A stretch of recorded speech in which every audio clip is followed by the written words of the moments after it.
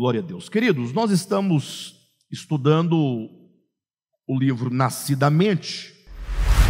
Não sei se os irmãos aqui nessa noite, temos aqui 2 irmãos nos visitando, né?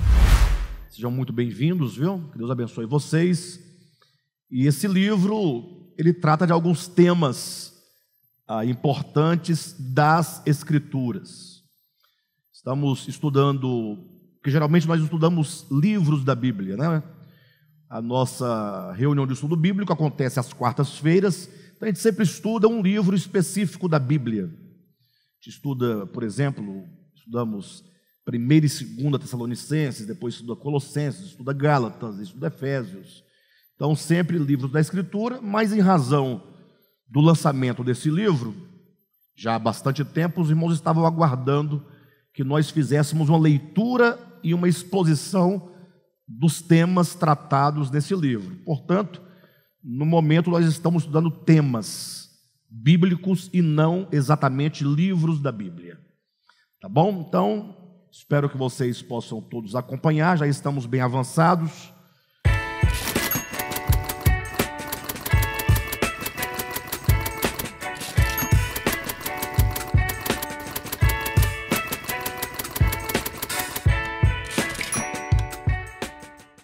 E vamos então pegar nossos livros e abri-lo na página de número 67.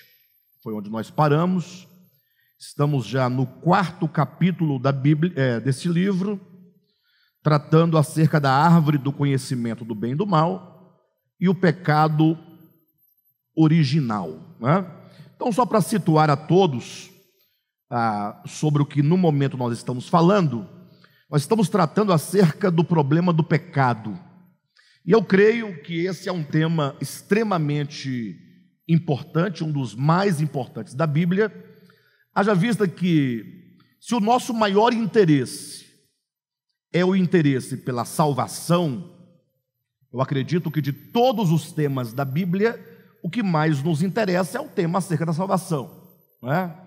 Paz, meu querido, saudade de você, viu? Seja bem-vindo. Então, por que o tema da salvação seria para nós o tema mais importante? Ora, porque a nossa maior necessidade é de salvação, não é?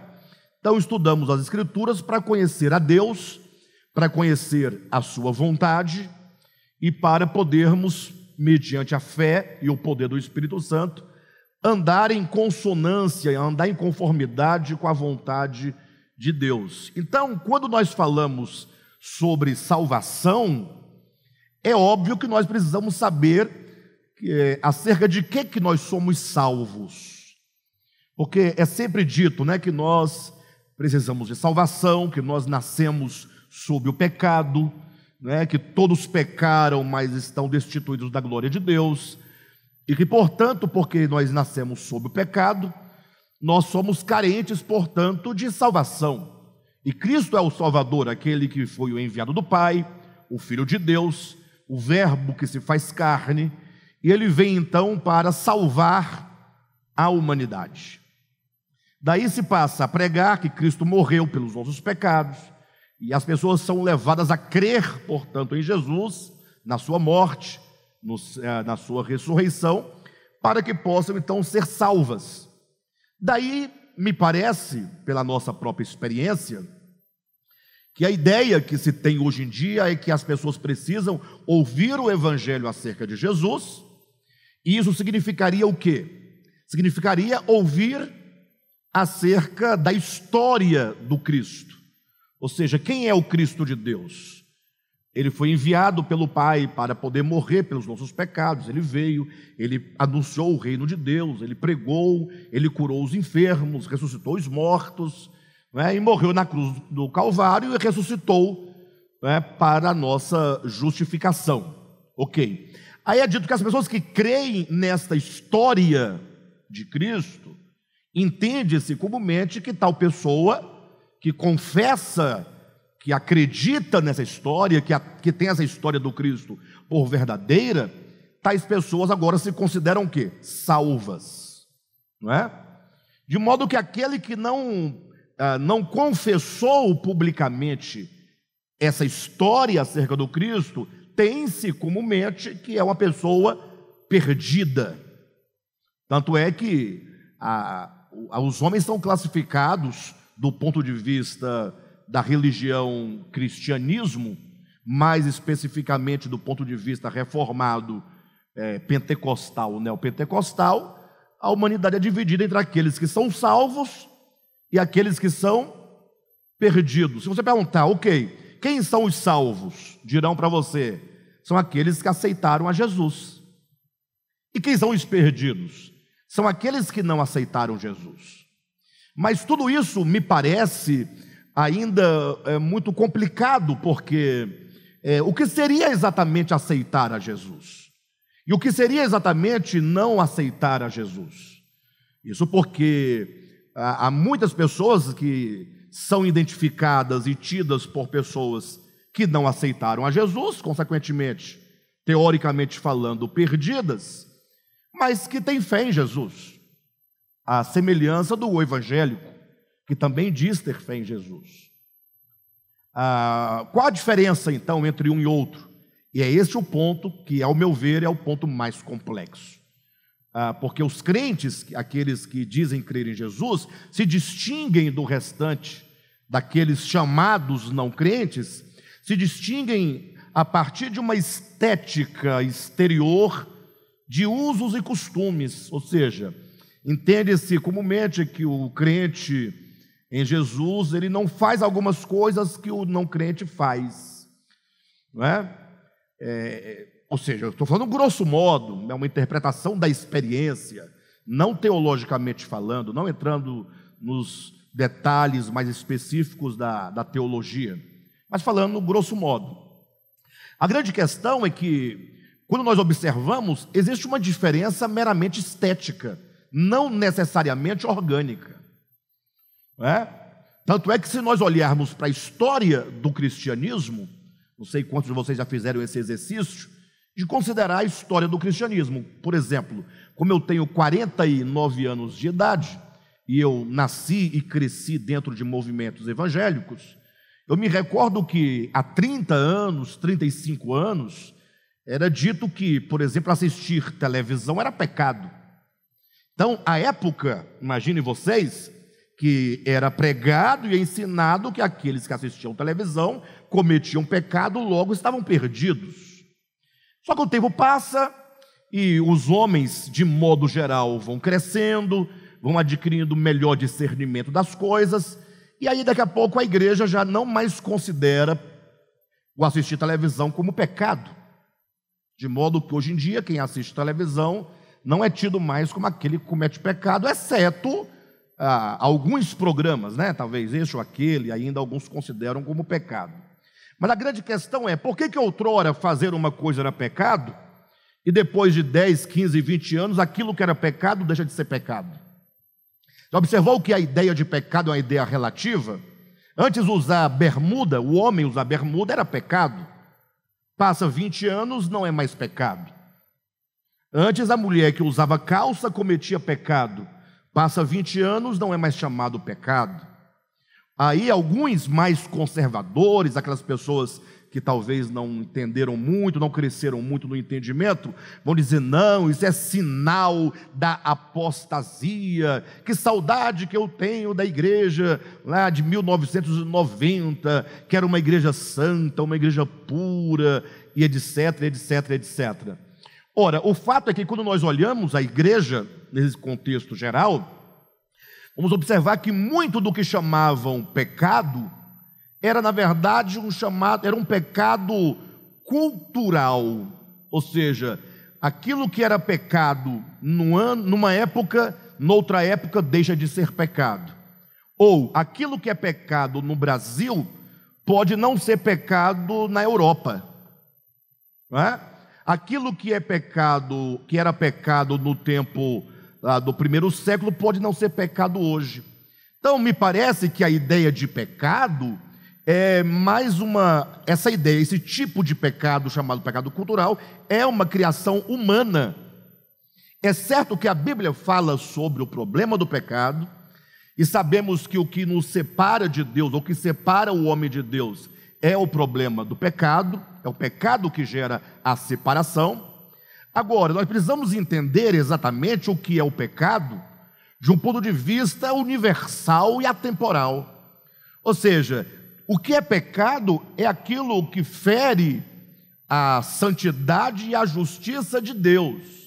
E isso deve ser pecado há 30 anos, há 100 anos, há 500 anos, e hoje, daqui a 1000 anos, continuará a ser pecado. Ou seja, o pecado não pode ser uma questão relativa. Quando se estabelecem os chamados pecados culturais, muda-se a cultura, muda-se os pecados, não é?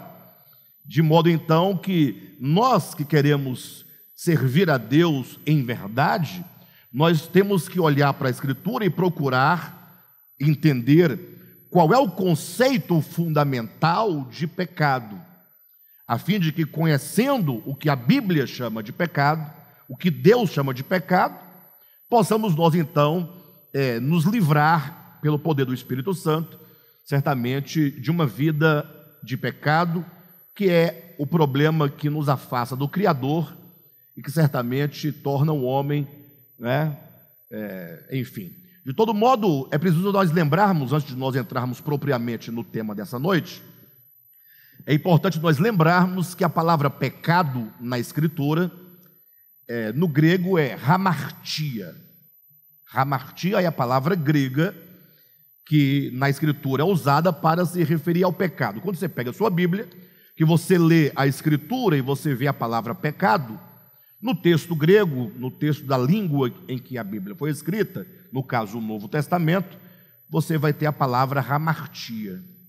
E essa palavra hamartia é uma palavra que, ao mesmo tempo que ela traz um conceito geral e abrangente, é um conceito muito específico. Como pode ser uma palavra abrangente e ao mesmo tempo específica? Ora, abrangente porque ela não vai dizer, não vai te dar uma relação de pecados, né? Ela vai dizer que pecado é errar o alvo.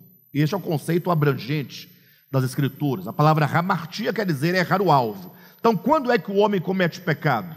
Quando o homem erra o alvo. Logo, nós temos que pensar, poxa, então para eu poder entender a questão do pecado, eu tenho que entender que pecado é errar o alvo. Mas eu preciso saber agora qual era o alvo. Porque se eu não souber qual é o alvo, como eu saberei se eu acertei ou errei o alvo? Então, essa é a grande questão. Então, em Gênesis capítulo 3, nós vamos encontrar ali a primeira menção acerca do problema do pecado, da queda de Adão e Eva, do primeiro casal, embora simbólicos, mas representando ali toda a humanidade.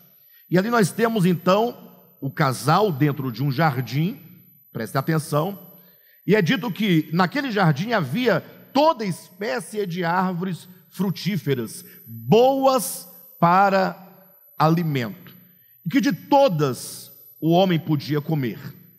Agora, dentre tantas árvores que havia, o Gênesis capítulo 2 coloca duas árvores no meio do jardim, duas árvores especiais, uma chamada a árvore do conhecimento do bem e do mal, e a outra chamada a árvore da vida. Olha como é interessante, duas árvores, uma que se o homem dela comesse, diz a Escritura, certamente morreria. A outra que, se o homem comesse, viveria eternamente.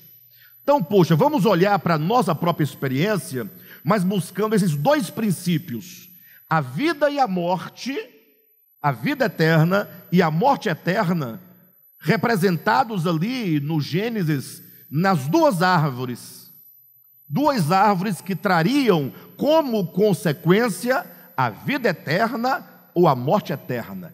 E nós temos aqui dois princípios, são princípios fundamentais que devem nortear toda a revelação das Escrituras. Ou seja, imagine vocês que Deus falou, olha, se o homem comer da árvore do conhecimento do bem e do mal, morrendo morrerás. Certamente morrerás significa, no texto hebraico, morrendo morrerás. Ou seja, fatalmente o homem morrerá se ele comer da árvore do conhecimento. Agora, comendo o homem da árvore da vida, está dito em Gênesis 3:21, viverá eternamente. Então nós temos o conceito de vida eterna e de morte eterna, ali representados por duas árvores e pelos seus frutos e pela atitude do homem de comer de um fruto ou de outro fruto. Nós sabemos da história, lá do Gênesis 3, e lá está dito que o homem comeu do fruto da árvore do conhecimento, e aí toda a tragédia do seu pecado acometeu a humanidade, e até hoje está aí diante dos nossos olhos os efeitos do pecado. Agora, o grande problema, e é isso que nós estamos debatendo neste livro, Nascidamente, sobretudo no capítulo 5, que trata do pecado original, da árvore do conhecimento do bem e do mal, ora, o que significa necessariamente esta árvore do conhecimento do bem e do mal, e o que significa necessariamente a árvore da vida? Em segundo lugar, o que significa necessariamente comer da árvore do conhecimento? E o que significa comer da árvore da vida? Nós temos que fazer essas perguntas quando nós lemos a Bíblia. Nós temos que fazer essas perguntas e buscar o sentido, porque do contrário nós vamos chegar a que conclusão? A uma trágica conclusão. A conclusão a que até hoje a maioria esmagadora dos cristãos, independentemente de serem católicos, ou de serem protestantes, ou de serem evangélicos, o fato é que a maioria esmagadora dos cristãos acreditam, confessam e pregam que todo o problema do homem foi o ato de ele ter comido da árvore do conhecimento naquele dia, talvez mais precisamente há 6.000 anos atrás. Ou seja, Deus colocou uma árvore no meio do jardim, falou: olha, eu não coma dessa árvore. O homem, ou que seja a mulher, ou ambos, desobedeceram, pegaram o fruto, comeram, deram uma mordida, e depois que engoliram o pedaço do fruto, veio aquele remorso, aquele sofrimento interior, e daí para frente vocês sabem do resultado. Mas eu pergunto para vocês, será que todo o problema da morte eterna e todo o problema do pecado consiste em comer uma fruta de uma árvore? A pergunta que nós fazemos é: será que porventura essas árvores não estão ali para representar, para simbolizar atitudes do homem em relação a Deus, em relação a si próprio, ou em relação à luz, em relação às trevas, em relação ao bem, em relação ao mal, em relação à verdade, em relação à mentira? Será que nós também não comemos do fruto da árvore do conhecimento do bem e do mal nos dias de hoje? Agora, olha que interessante, e vale a pena nós pensarmos sobre isso. Para aquelas pessoas que não conseguem ver outra possibilidade do pecado existir, que não seja uma árvore da qual o homem comeu, a pergunta que nós faríamos é: antes de o homem pecar, mais precisamente, antes do homem existir, já havia pecado no universo?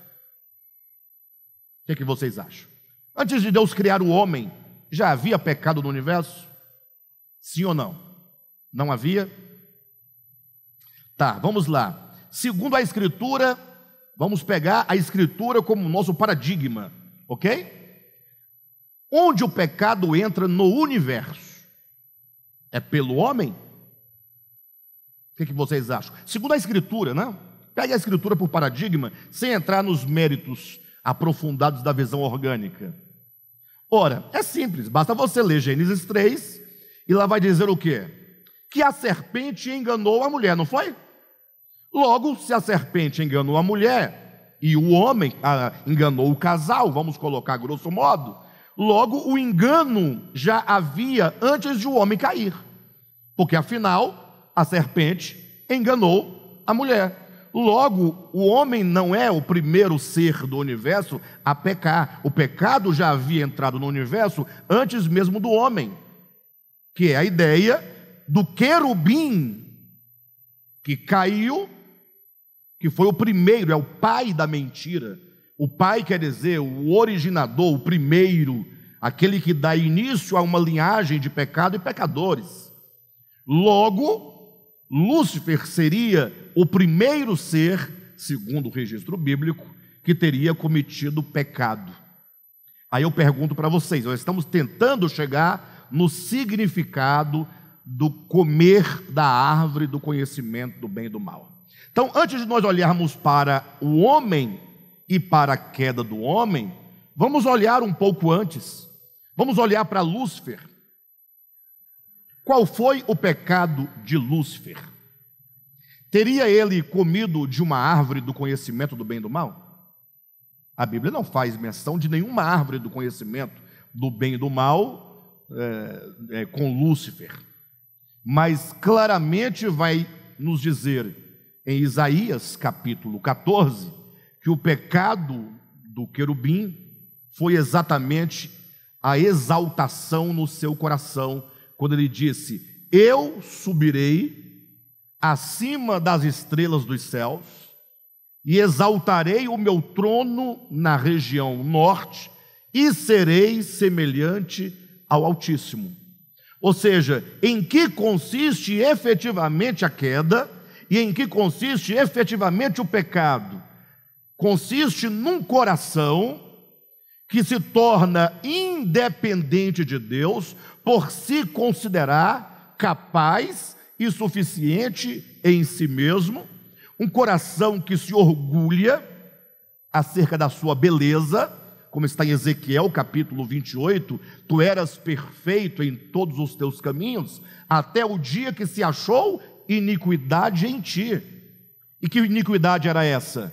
É esse querer ser, eu subirei acima de todas as estrelas dos céus, eu subirei aos mais altos céus, exaltarei o meu trono do lado norte e serei semelhante ao Altíssimo. O que eu quero que vocês reflitam é que a queda de Lúcifer, segundo trazida tipologicamente em Ezequiel 28 e Isaías 14, nós ali não temos a representação simbólica de nenhuma árvore, de nenhum jardim, nós temos as palavras claras e expressas. A queda de Lúcifer se dá tanto no seu coração, na sua mente, na sua consciência, como no texto bíblico. O texto é claro quando diz que a sua queda, presta atenção, a queda de Lúcifer consistiu nesse desejo profano no seu coração de exaltação própria, de querer fazer-se Deus, colocar-se no lugar de Deus. Vocês entendem perfeitamente isso? Já já vamos falar do homem lá no Éden. Agora, tanto isso é verdade, que quando Deus vai agora providenciar salvação para o problema do pecado, e aí é uma questão muito clara, né? Muito simples, todos vocês entenderão. Ora, quando alguém tem uma doença, digamos, não vou entrar nesse mérito para não gerar conflito, mas quando alguém tem uma doença, ora, para essa pessoa ser curada, vai ser preciso desenvolver um remédio, um antídoto, que possa combater a enfermidade. Sim ou não? Tanto é que se você está, por exemplo, com o vírus da gripe, você tem que tomar um remédio que possa combater o vírus da gripe. Não vai tomar um outro remédio para o coração que não vai ter o efeito. Um antigripal, lógico. E assim, para cada enfermidade, tem que ter um remédio ou um antídoto correspondente. Sim ou não? O que nós podemos falar? Que para solucionar o problema da queda e o problema do pecado, nós temos que ter um remédio correspondente. Temos que ter um remédio que possa resolver o problema do pecado.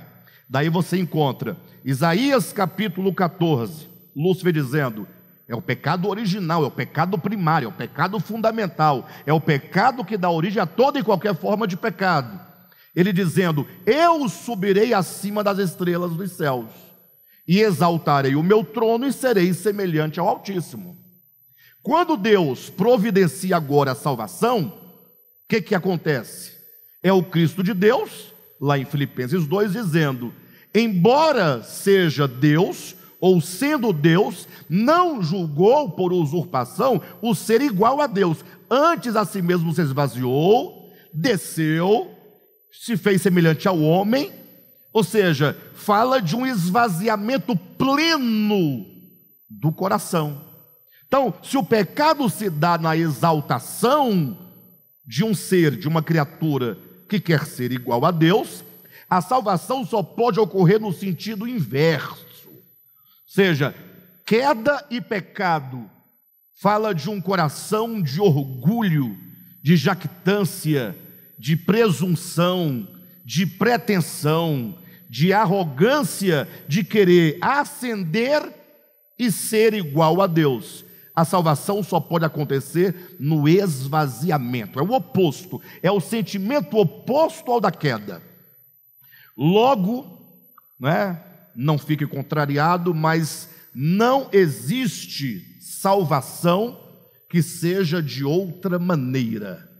Se a queda é a jactância de um coração soberbo e presunçoso, que é a atitude de um coração que se entende independente de Deus, capaz de si mesmo, que se coloca como Deus, esse ego que infla o coração do ser e se coloca na condição de Deus, não pode haver salvação senão no processo oposto.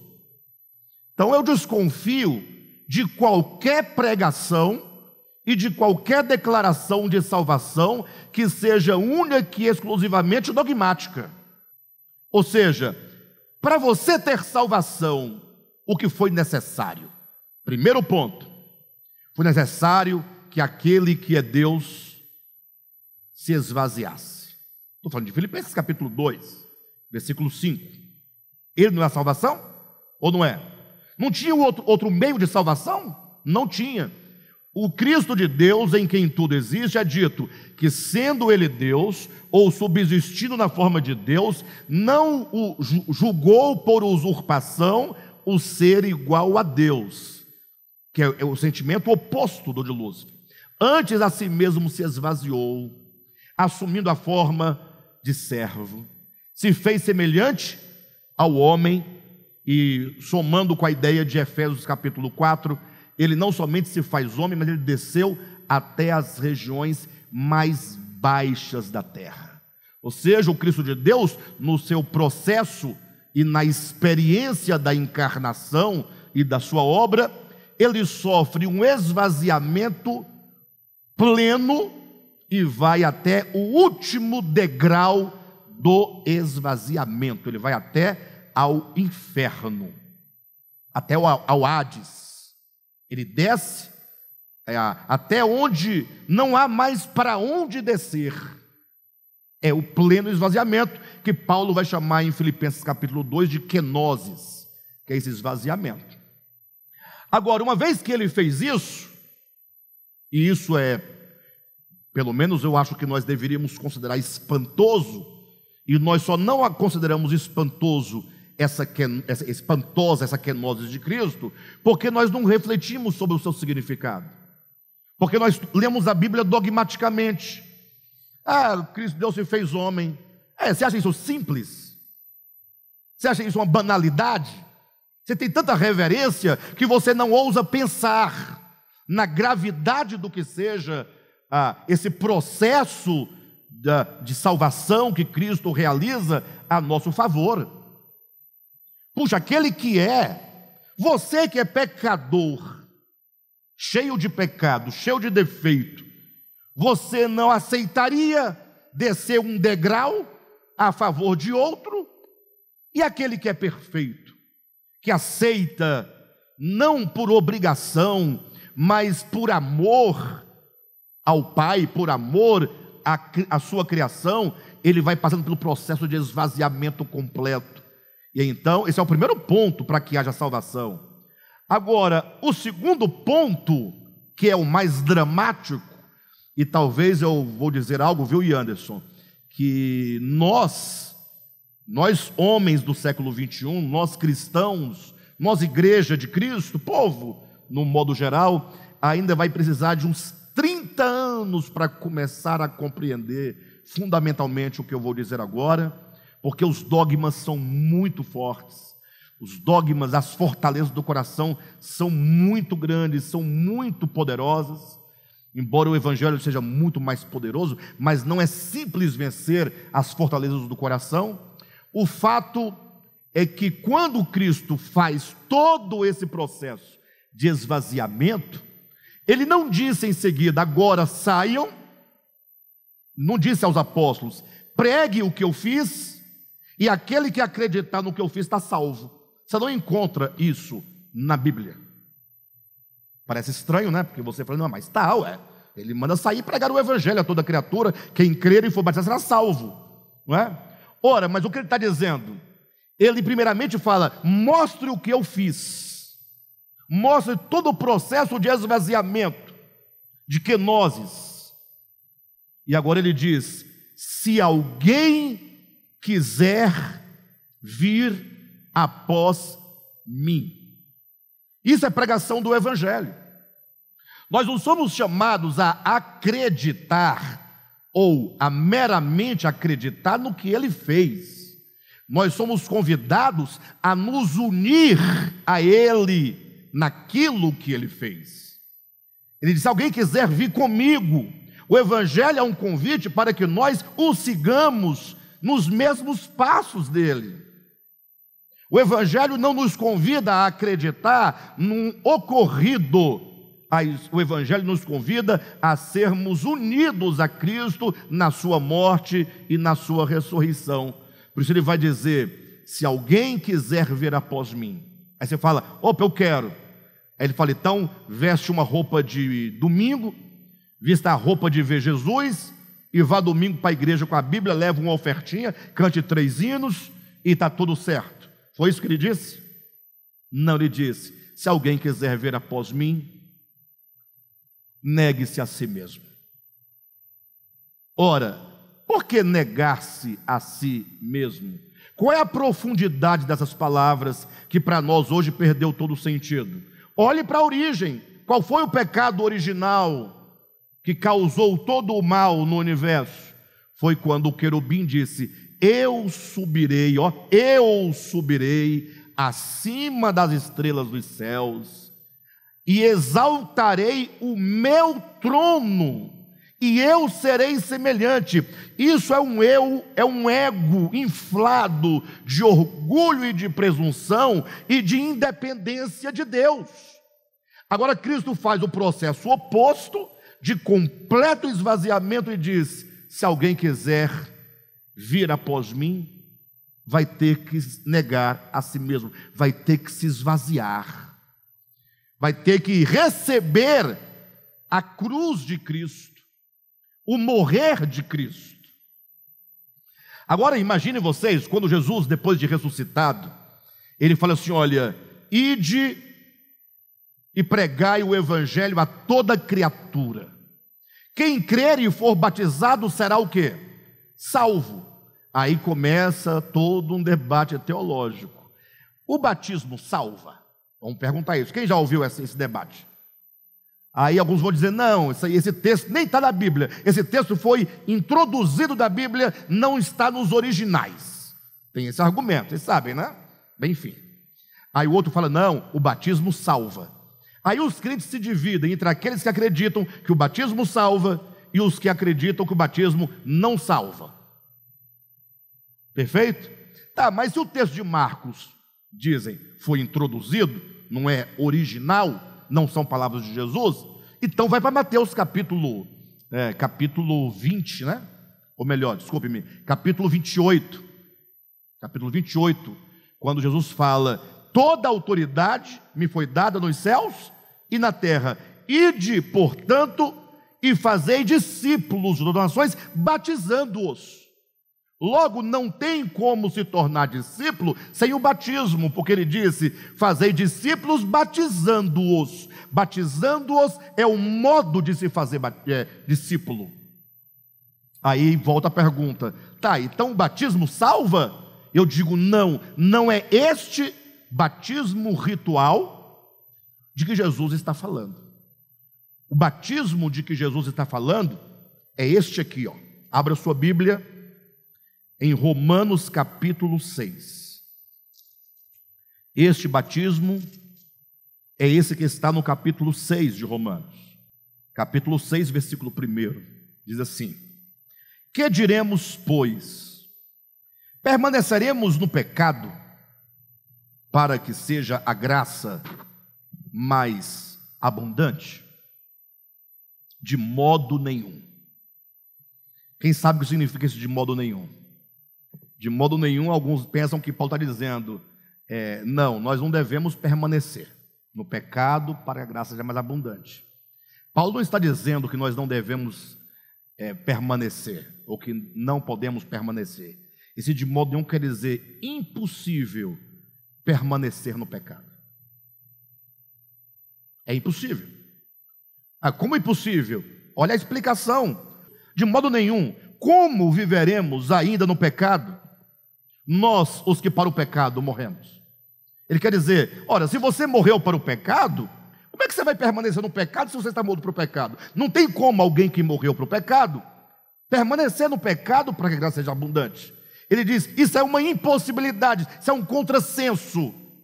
Ele está dizendo, o problema do morrer para o pecado não é um dogma, é um fato, é uma experiência.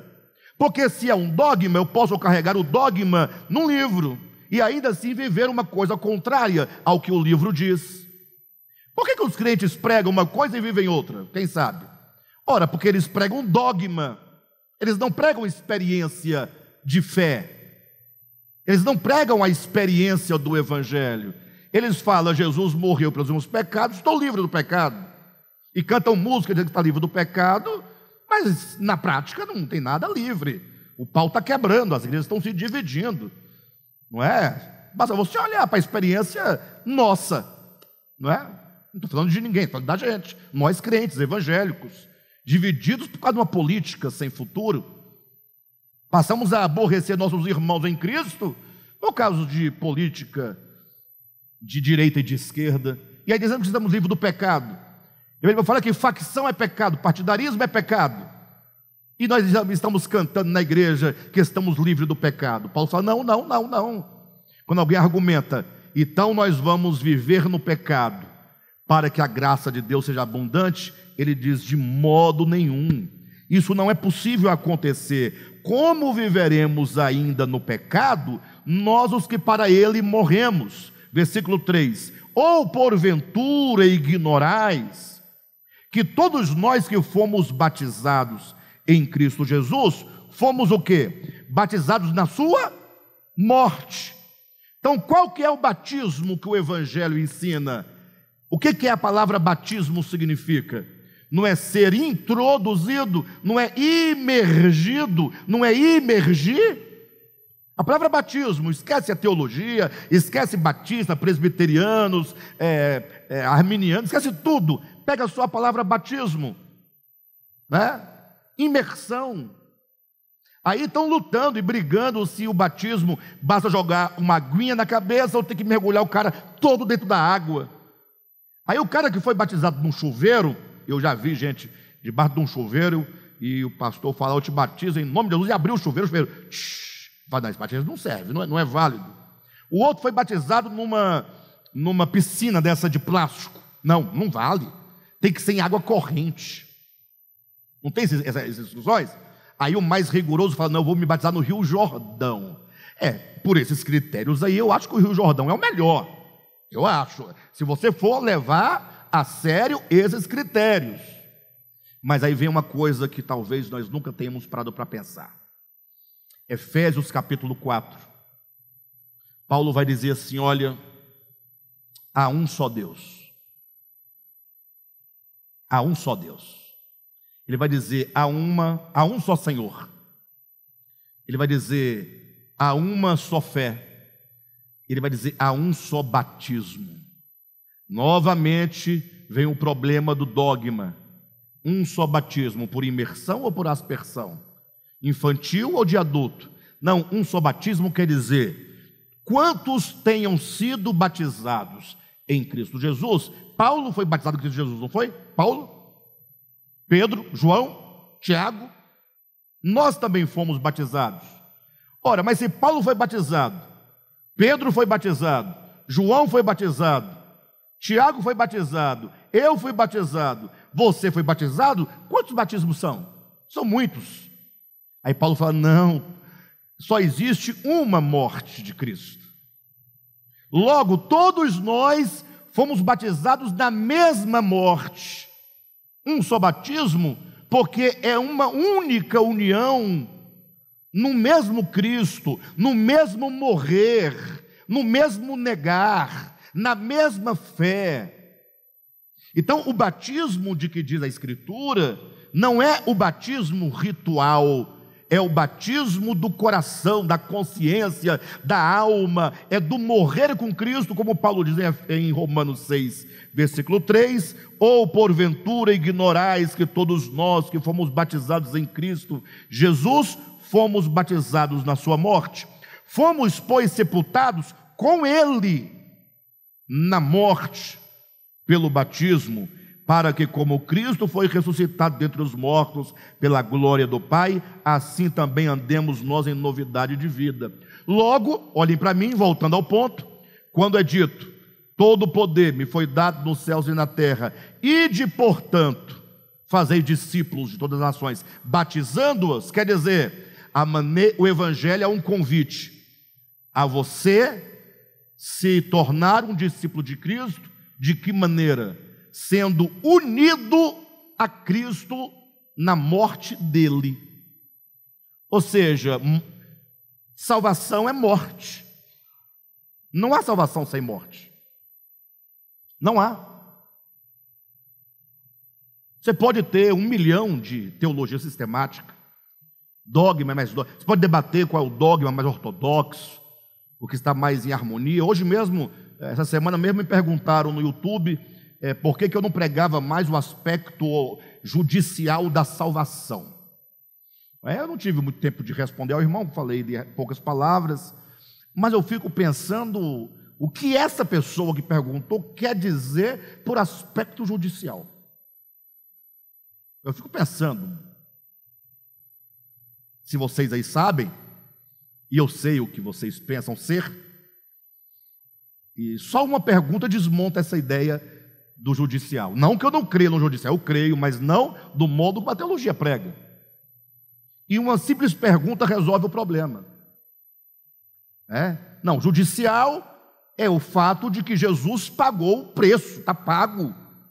Está pago, está pago. Havia uma dívida, um problema de natureza jurídica, no âmbito judicial, Jesus pagou. Aí eu perguntei: qual é a validade desse aspecto judicial para você? É uma pergunta corajosa.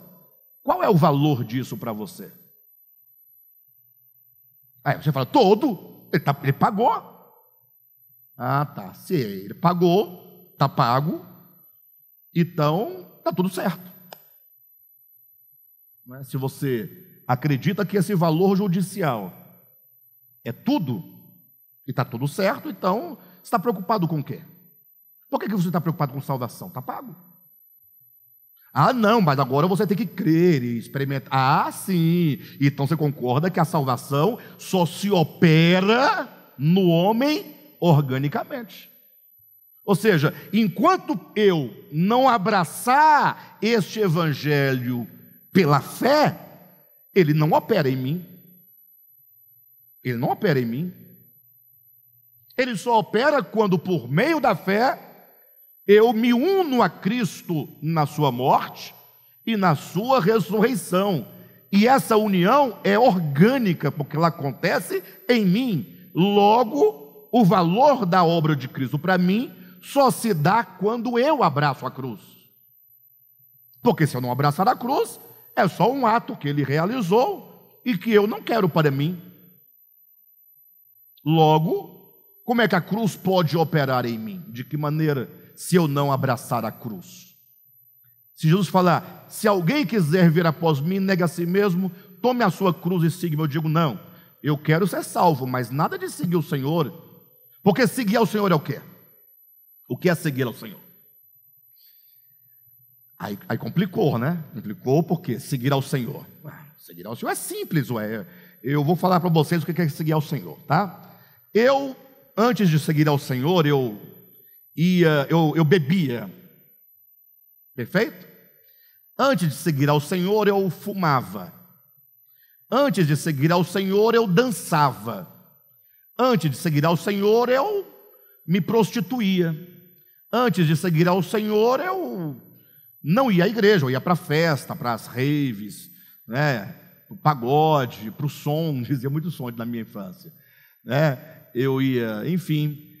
Aí depois que eu me converti, eu comecei a seguir o Senhor. O que eu fiz? Parei de fazer essas coisas e comecei a fazer outras coisas, tais como ir para a igreja, mudar a roupa, né? Agora você tem que comprar uma gravata, um paletó, ou uma roupa mais decente, né? Você agora tem que dar o dízimo, né? Você tem que tomar a ceia, partir o pão, o vinho ali, obedecer ao pastor, às ordens, aos regulamentos, ir para os cultos, e é isso aí. Para Jesus voltar, para resolver, para a gente poder ir para o céu com ele, né? Vai ser uma bênção lá no céu, né? O problema é que quando você olha para esse conceito de seguir ao Senhor, eu pergunto, será que é isso que é seguir o Senhor? Será que Ele não nos ensinou o que é seguir ao Senhor? Quando Jesus falou assim, presta atenção, quando vos convidardes a um banquete, não tomeis os primeiros lugares. Parece que não nos serve essa palavra para nada. Primeiro que a gente não vai a banquete, nós não temos banquete. Do modelo que ele falou, sim ou não? Não tem. Como é que você toma para si essas palavras? O que ele quis dizer com isso? Não tomeis os primeiros lugares. Quando ele disse, se alguém amar o seu pai, sua mãe, seu filho, ou a si mesmo mais do que a mim, não pode ser meu discípulo. O que isso significa?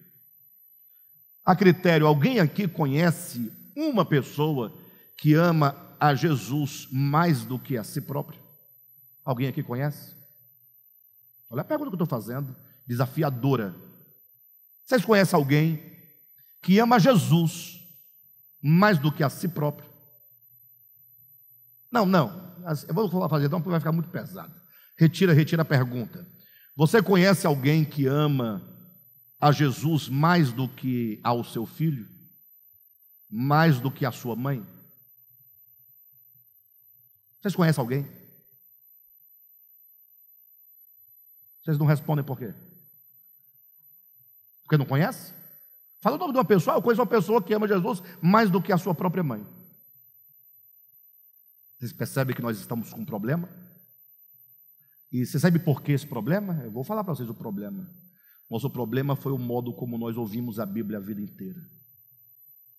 Nós ouvimos a Bíblia dogmaticamente, religiosamente. É só uma religião, é só um dogma que não serve para nada absolutamente, a não ser para nos fazer orgulhosos de acharmos que a nossa religião é a verdadeira, porque a religião do outro é sempre do demônio. A igreja verdadeira qual que é? Quem sabe? Não. Quem sabe qual é a igreja verdadeira? É a minha. É a sua. A do outro que é do demônio. Mas no dia que você mudar de igreja, a outra passa a ser a verdadeira. E a do outro? A do demônio. É assim que nós pensamos. Qual é a religião verdadeira? Ninguém vai dizer, é a do outro. Não, é a minha. Nós temos um problema grave do ponto de vista dogmático. Nós classificamos as pessoas por aquilo que elas falam, não por aquilo que elas são. Qual é a doutrina sua? Essa. Está salvo. sua doutrina, essa está perdido. Mas não é por aí que as coisas acontecem.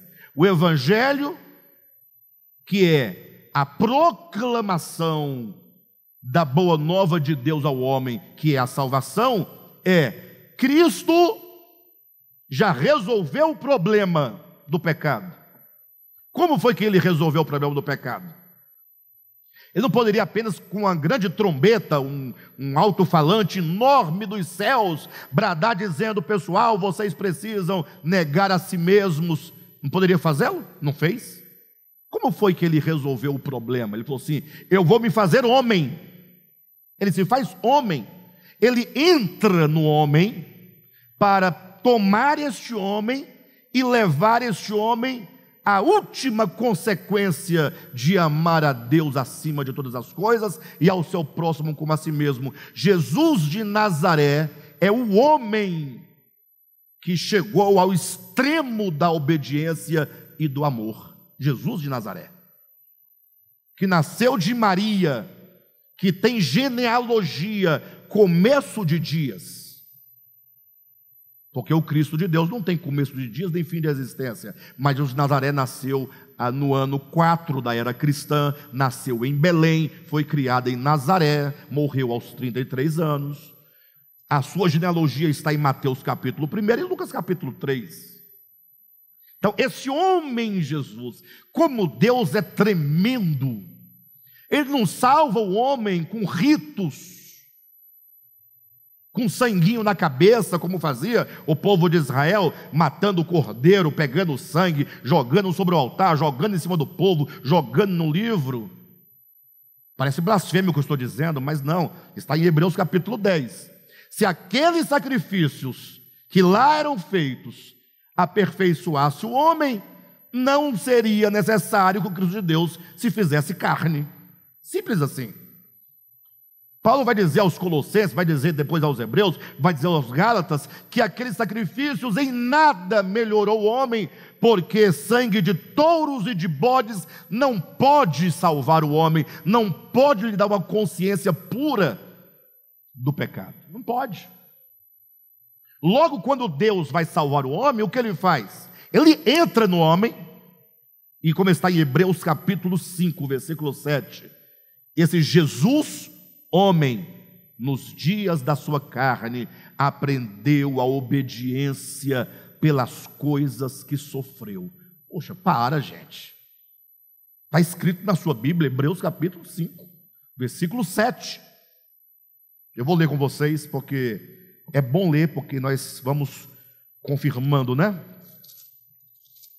Hebreus capítulo 5, versículo 7, está aí, ó. Ele, vírgula, Jesus. Aí nós temos que ler a Bíblia corretamente, pessoal, porque quando fala Jesus, o que você pensa? Você quer ver uma coisa? Vocês vão entender uma coisa clara aqui, muito claramente. Quando você pensa Jesus, você pensa Deus, né? Deus. Mas imagine vocês que quando Jesus, o próprio, como diz, o próprio Deus envia o seu filho, o que está lá claramente? Eu vou continuar lendo Hebreus, tá? Espera aí, só um pouquinho. O que lá em João capítulo 1? E o verbo, que estava no princípio com Deus, que é Deus, se fez carne. Vocês concordam que nós temos aqui dois aspectos, um eterno e o outro temporal? Quando fala que o verbo é Deus, é o aspecto eterno. Só que diz, e o verbo se fez carne. Esse se fazer carne, vai surgir aqui uma humanidade, ó. Essa humanidade é temporal. Está em Gálatas capítulo 4, versículo 4. Vindo à plenitude do tempo, Deus enviou seu filho, é temporal. Aí o grande erro cometido da teologia católica, quando fala Jesus, Maria, mãe de Deus. Você sabe por que eles criaram essa ideia, Maria, mãe de Deus? Ora, porque Jesus é Deus. Aí entrou no debate, Jesus é Deus ou não é Deus? Jesus é Deus. Logo, se ele é Deus, Maria, mãe de Jesus? Ei, Maria, mãe de Jesus? Me ajuda aí, pessoal. Maria, mãe de Jesus? Jesus é Deus? Maria, mãe de Deus, está errado? Tá, porque Jesus não é Deus. Como não é Deus? Misericórdia, pastor, não fala uma coisa dessa, você vai acabar com o seu ministério. Primeiro, Deus nasce, Deus tem nascimento, Deus tem genealogia, Deus tem carne e sangue.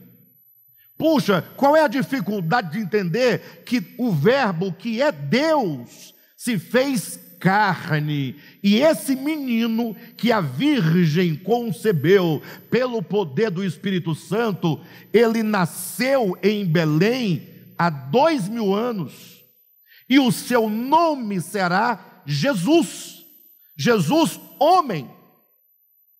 O Cristo assume uma outra natureza. Essa natureza que ele assume é humana, e Jesus é o nome desta humanidade que tem começo. Eu não estou negando a divindade do Cristo. Agora, é lógico que com a ressurreição essa humanidade foi absolvida pela divindade, mas a humanidade tem começo. Quer ver? Vou acabar com sua dúvida agora. Você vai pegar Hebreus capítulo 7, versículos de 1 a 3. Perfeito? E vai pegar Mateus capítulo 1. Você vai ler um e vai ler outro. Mateus capítulo 1 começa assim, olha: livro da genealogia de Jesus, filho de Davi, filho de Abraão. Aí começa a genealogia. Aí vai para Hebreus 7, falando do Cristo, sem pai, sem mãe, sem genealogia, sem princípio de dias nem fim de existência. Acabou. Ou seja, faça a distinção em nome de Jesus. Tá, agora volte a esse Jesus. 5, versículo 7 de Hebreus, que diz: ele, vírgula, Jesus, vírgula, para não ter dúvida, nos dias da sua carne. Jesus é o homem, nos dias da sua carne, é o mesmo que nos dias da sua peregrinação sobre a terra. Ou seja, nos seus 33 anos de existência na terra, o que aconteceu a esse Jesus nos dias de sua carne? Versículo 7, né? Tendo oferecido com forte clamor e lágrimas, orações e súplicas a quem o podia livrar da morte, e tendo sido ouvido por causa da sua piedade. Versículo 8, embora sendo filho, o que aconteceu? Aprendeu. Jesus aprendeu? Ele aprendeu? Aprendeu o quê? Na sua Bíblia, lê na sua Bíblia. Não vou ler na minha para você não desconfiar de mim. Aprendeu o quê? Aprendeu o quê? Fala alto. Vocês estão com medo de pecar? Aprendeu a obediência. Jesus aprendeu a obediência pelas coisas que... Ora, se ele aprendeu a obediência, o que isso significa? Se ele, Jesus, homem, é sem pecado. Ora, é sem pecado exatamente porque aprendeu. Ou seja, o Cristo de Deus se faz carne para levar a cabo a salvação, para tomar o homem e colocá-lo sob a disciplina do negar a si mesmo, do tomar a cruz, de modo que quando esse homem chegou na cruz do Calvário e disse: está consumado, essa palavra está consumado, o que é tetelestai, quer dizer, este homem chegou na plenitude da sua existência, na plenitude da sua vocação. Ou seja, é o homem que atingiu os píncaros do crescimento de uma consciência expandida de amor e obediência ao Pai. Isso é salvação. Deus pega o homem, carne e osso, a nossa semelhança, e fala: eu vou te conduzir no caminho estreito da obediência, do amor. A salvação está acontecendo em Jesus, é orgânico, é fatual. Jesus é o primeiro homem a entrar na glória, ele é o precursor. De todos os homens da terra, Jesus o primeiro a entrar. Ele entrou como âncora da nossa alma, segura e firme, que penetra além do véu. Bem, tudo isso que eu disse é para que vocês entendam que o problema do pecado não é o problema de uma fruta. Olha o caminho que nós tivemos que percorrer para entender que o pecado é um coração que se orgulha, é ego, é vaidade, é presunção, porque ego, vaidade e presunção são os sentimentos que nos tornam independentes de Deus. Agora, por que nos tornamos independentes de Deus? Qual o motivo? O que nos envaidece? É a pergunta, o que nos envaidece? Bem, e a prova de que isso é pecado, isso é queda, é que a cura para o problema do pecado e da queda é o oposto disso, é o esvaziamento de Cristo, é a cruz, é o descer. Enquanto um está subindo, caindo, o homem cai subindo, a salvação acontece descendo. Quem está entendendo esse processo? E não tem salvação de outro modo. Fazei discípulos batizando-os, pegando as pessoas e mergulhando na morte do Senhor, fazendo-a morrer com o Senhor. E esse morrer com o Senhor é o esvaziamento. Negue a si mesmo, tome sua cruz e siga-me. Mas isso não é uma obra que eu consiga realizar por mim mesmo. A gente está pregando agora que a salvação eu que realizo. Não é. Você não dá conta jamais de fazer isso. Você tem que primeiramente reconhecer que existe um problema muito grande dentro de você chamado ego, e tem que fazer como diz o apóstolo Paulo em Romanos capítulo 7, miserável homem que sou. Quando você reconhece isso e clama por Jesus, o Espírito de Cristo é que vai começar a trabalhar em você, trazendo consciência, trazendo quebrantamento, e Ele, por meio da sua palavra, é que vai a cada dia nos unindo mais e mais na sua morte, a morte com Cristo, enquanto um longo processo de morrer constante, de morrer a cada dia um pouquinho mais. Querem uma prova disso, para que ninguém fique na dúvida? Paulo diz em Romanos 5, ou porventura ignorais que todos vós que fostes batizados em Cristo, fostes batizados na sua morte. Então ele fala que você foi batizado à morte. Não parece que já está feito? Sim ou não? Se eu fui batizado, está feito. Aí em Colossenses 3,5 ele fala: fazei, pois, morrer a vossa natureza terrena. Paulo, peraí, eu estou morto com Cristo em Romanos capítulo 6? Ou eu tenho que fazer morrer a natureza terrena? Ele fala os dois. Lá, o aspecto judicial, o aspecto consumado. Aqui o aspecto orgânico, a experiência, o experimentar o que Cristo já realizou. Cristo realizou de uma vez por todas, está feito. Logo, isso é o judicial. Agora, eu preciso me apropriar desta bênção. Então, o problema do pecado não é uma fruta. E o problema da vida eterna também, ou a solução para o problema do pecado, para a vida eterna, também não é uma fruta. Quando você olhar em Gênesis 3, a árvore do conhecimento do bem e do mal e a árvore da vida são simbólicos, o comer é simbólico, e ali nós temos, portanto, dois princípios. O princípio do conhecimento, que é o que nos faz ensoberbecer, e o princípio da vida, ou do amor, que nos faz depender de Deus. Querem ver uma coisa? Abra sua Bíblia rapidamente em 1 Coríntios, capítulo 8.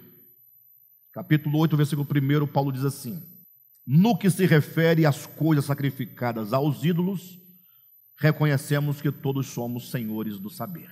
Ponto. O saber ensoberbece, mas o amor edifica. Então, ele traz aqui um princípio. O que ensoberbece? O saber, o conhecer. Olha para a experiência humana. Quanto mais a criança que é dependente dos pais cresce, E esse crescimento é demonstrado não pelos anos cronológicos acumulados, mas pelo desenvolvimento das faculdades e de quanto conhecimento essa criança adquire. Por exemplo, se você olhar um jovem de 18 anos, mas que tem problemas, né, mentais, que tem alguma dificuldade, né, ele vai ficar com quantos anos na dependência dos pais? Vai ficar com 100 anos dependente dos pais. Ele não tem como ganhar a sua independência. Agora, uma criança totalmente sadia, na medida que ela vai crescendo, que as faculdades vão se abrindo, que o saber vai se acumulando, quanto mais saber, quanto mais conhecimento, mais dependente ela fica dos pais, ou mais independente fica dos pais? Mais independente. Logo, o conhecimento é um grande problema. Só que não é só esse conhecimento psíquico de que nós estamos falando. É o conhecimento enquanto o aspecto do crescimento da humanidade, o crescimento tecnológico. Hoje nós vivemos num tempo em que nós não precisamos de Deus para nada. Vocês acreditam nisso? Em 1950 dizia que não teria alimento para toda a humanidade. Hoje, com a revolução tecnológica da indústria, não falta alimento no mundo, é tanto todo o mecanismo de produção de alimento por meio das máquinas, né, dos remédios, não sei o nome que dá, dos produtos que se usa, a tecnologia de maneira geral. Poxa, são 8 bilhões de seres humanos na Terra, e se alguém passa fome não é falta de alimento, é falta de justiça social, é diferente. E tudo isso é conhecimento. Puxa, você vai ao supermercado, a hora que você quiser, tem lá um arroz pronto que eu digo, já foi plantado, já foi colhido, já foi tratado, está empacotado para você levar, você não vai ter o trabalho nem de colher o arroz, ou de catar o arroz, como dizia antigamente. Nem lavar se lava mais arroz. Tem carne para todo mundo, para fazer em casa, no almoço, na janta, para o churrasco. Quem quiser, vai lá, tem à disposição. Os enlatados, tem tudo. Você tem o celular à sua mão, você fala lá no Japão, se quiser agora, com quem você quiser. Tudo isso é conhecimento. E o conhecimento nos faz cada vez mais confiantes em nós mesmos e menos dependentes de Deus. Logo, comer da árvore do conhecimento do bem e do mal não é chegar lá e dar uma mordida de uma fruta. Comer do fruto da árvore do conhecimento significa tomar um caminho de independência, fazendo do conhecimento o seu braço forte que te afasta de Deus. Quando diz que o homem caiu porque comeu do fruto, lá é apenas uma história tipológica, ou melhor, metafórica, para falar, ao invés de falar que o homem tornou-se independente de Deus, porque quando ele se viu inteligente, capaz de discernir entre o bem e o mal, que ele estava acima de toda a criação, porque tem a criação infra-humana e está aqui o homem, o único ser inteligente, acima dos minerais, acima dos vegetais, acima dos animais, que ele tem o controle, que ele pode manipular a criação, que ele pode controlar a criação, que ele pode criar a agricultura, criar a indústria, criar a ciência, criar a medicina. Esse homem fala: eu não preciso de Deus. Isso é o pecado original. Isso é comer da árvore do conhecimento do bem e do mal. Pronto, dito isso, eu vou ler esse parágrafo e vou encerrar o estudo de hoje, porque tudo isso que eu falei está aqui na página 67, no segundo parágrafo, que diz assim: a vida e a morte estavam diante do arbítrio humano, representadas pelo comer de uma ou de outra árvore. Não representadas pelas próprias árvores, mas pelo comer de seu fruto, como está escrito: mas da árvore do conhecimento do bem e do mal não comerás, porque no dia em que dela comeres, certamente morrerás. E assim que não estenda a mão e tome também da árvore da vida e coma, e viva eternamente. Então veja que a ênfase é comer de um fruto ou comer de outro. Agora, há uma coisa interessante que está no próximo parágrafo, eu vou iniciar agora, mas eu vou desenvolver na próxima semana, quando diz no parágrafo o seguinte: neste ponto, os exegetas, iludidos pela tradição, se confundem. O verbo hebraico rakal, que é o equivalente a comer em português, não significa dar uma mera mordidinha num fruto, mas exprime a ideia de tomar tal ou qual fruto por seu sustento diário. Ou seja, o que o texto de Gênesis quer dizer: não faça do fruto do conhecimento o seu sustento diário.